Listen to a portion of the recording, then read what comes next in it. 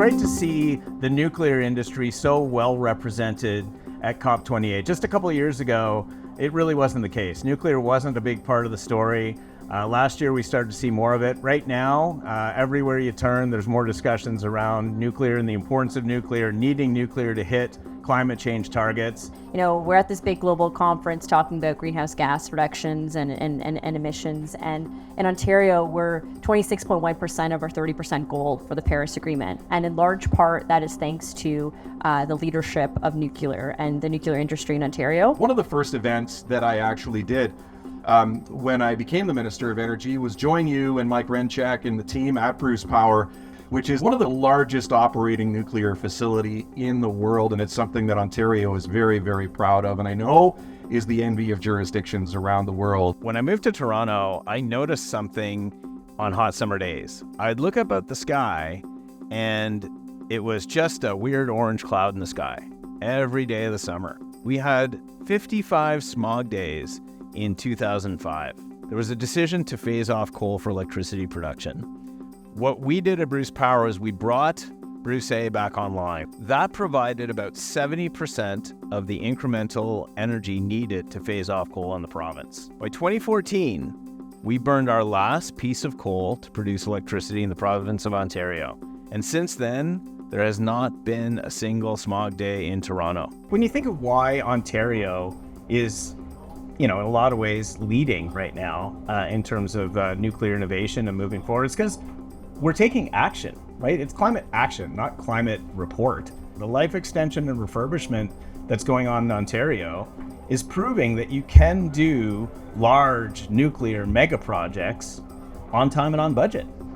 We're showing that investments in nuclear make sense. And now, today, what I'm very pleased to announce is that with our partners at GHD, we have created the first ever nuclear offset protocol. We have here a document that allows us to express the carbon value and the emissions reduction value of nuclear energy on the grid. It's a document that anyone can use to describe the emission reduction value of nuclear. And it's made in Ontario. And I think that's fantastic. I think that's a leadership role for Bruce Power, but I would say too, because we are at COP, that has value at the global stage as well. We are in the midst of an energy transition. We all know that. We've all heard many messages from many forums here. We need to move a lot faster, and we know that. And I've heard it said here, and I agree.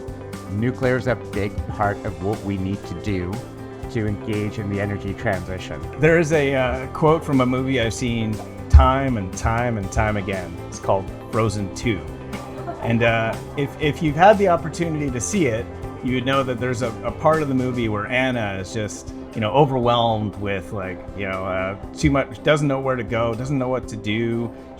So many things for her to overcome. She's lost. And she realizes that what she has to do is the next right thing. And I love that idea. Do the next right thing.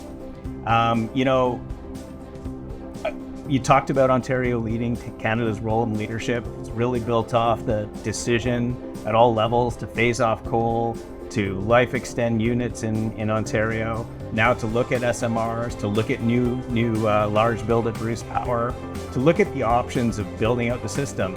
And as we've kind of made these commitments and taken these next steps, doing the next right thing, we've been so proud over the past couple of years to come to COP, be part of the discussion, and actually see the presence of nuclear at COP really grow and increase. And that signing the other day, that was incredible, right? Like 20 nations signing on to tripling the nuclear capacity, by 2050. Are we going to get there? Well, we can sure try. But no matter what, we have to keep doing the next right thing. We have to push the needle on things like green bonds. We have to push more financial mechanisms. We have to push for better financing options. We have to push for a regulatory environment that lets us do what we know we can do.